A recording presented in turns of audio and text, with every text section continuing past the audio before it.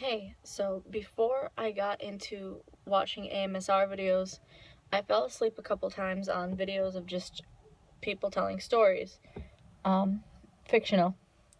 So I feel like this is gonna be my little shot at it. This is a story that I wrote. I only have half of it in my phone, so I'll tell you guys half of the story. I hope you guys like it. To be continued. It all started when my family dragged me at church.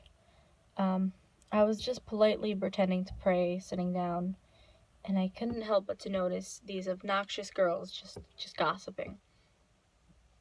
And I heard one of these basic bitches just saying, I was with her man. I was with her man. Almost like she was bragging about it. I stopped and I thinked to myself, what good would someone like her offer the world? Nothing. Later on that day, I was back home, just ironing my blonde hair, straight ironing. I heard a knock on my door. It was my best friend. She was obviously upset, from the messed up mascara to just a hurt in her voice when she said, he left me for another girl. I noticed that she had cuts on her wrist. So I told her, stay with me. She said, I can't. I said, please, just stay with me. I'm worried for you. She decided to only stay for a few hours. Later on that night, I got a phone call from my boyfriend of 1 year. We were planning to elope. I could hear the excitement in his voice, but I couldn't shake this feeling like there was something I had to do. Like I'm running out of time and there's something I need to get done before I start my life with him. He picked up on that and said, what's wrong, baby? Is there something wrong? And I told him, no, nothing's wrong. I just feel bad for Stacy. He said, yeah, I heard about what happened with her. I'm so tired. I'm sorry. I need to go to sleep. I'm so tired.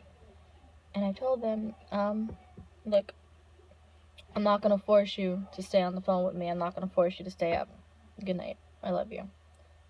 After that phone call ended, I tried to go to sleep. I tried.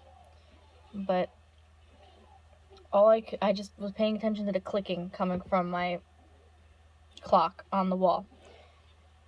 And the clicking just got louder. And it was just reminding me about time, about how there's something I feel like I need to do. Okay. Once I did fall asleep. There was no way of staying asleep because something woke me up. I felt the bed shaking. Worse and worse.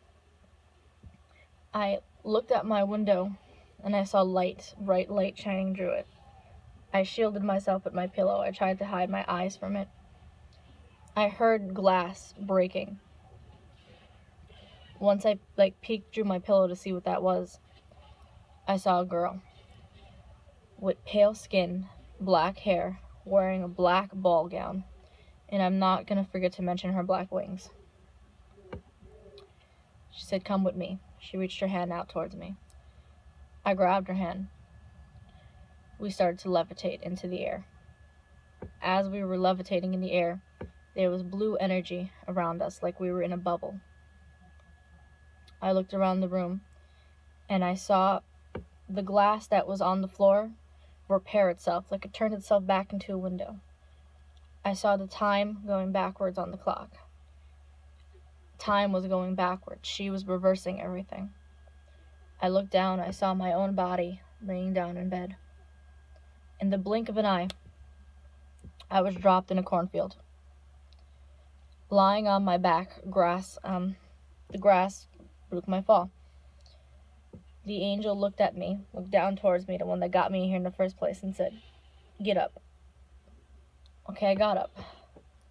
She tilted her head and pointed towards a van. Once I spotted it, once I seen the van, she disappeared. I walked towards it, just saying, is anyone there? Hello, is anyone there? I heard a guy answer, wearing a black beanie, a red plaid shirt, and what looked like a medical mask covering half of his face. Answer. Oh, good, you're finally here. It took you a while. Come on in, I have something I need to show you. Once I got into the van itself, it was narrow, and I saw there was a large map on the wall in the van. He pointed to an orange dot on the left side of it and said, "Here, this is where we're going." I immediately asked him, "Am I at least allowed to know your name before we get on the road?" He looks me in the eyes. "Ace." I looked at him back. "That's it?" "Yes."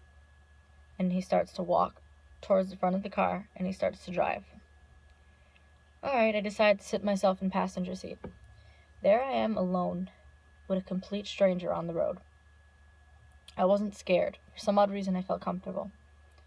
I rested my head on his shoulder. He started to pet my hair. And I asked him, "Where are we going? Why are we doing this?"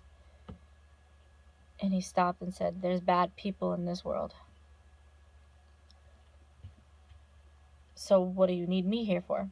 He stopped the car once I asked that question, grabbed my face the way you would grab someone if you wanted to kiss them, and said, "I need you to help me get rid of some of them, sweetie." Okay.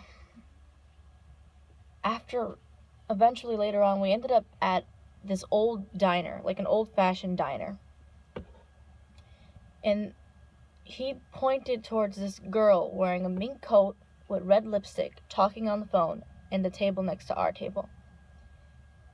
I covered my face with the menu, and I said, to him, "What about her?" He covered his face with his menu and said, "She's the first one.